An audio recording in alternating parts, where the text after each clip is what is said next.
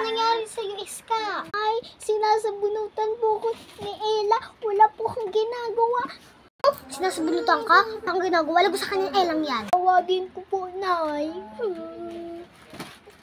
Ano ba yan, Ella? Ella? Parang tinatawag na ako ni Iska. Sigurado ako.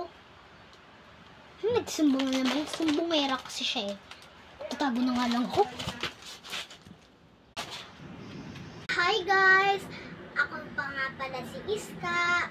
Si Ella sinasabunutan ako. Wala naman ako ginagawa. Asan kaya siya pumunta? I-comment nyo lang. Bye!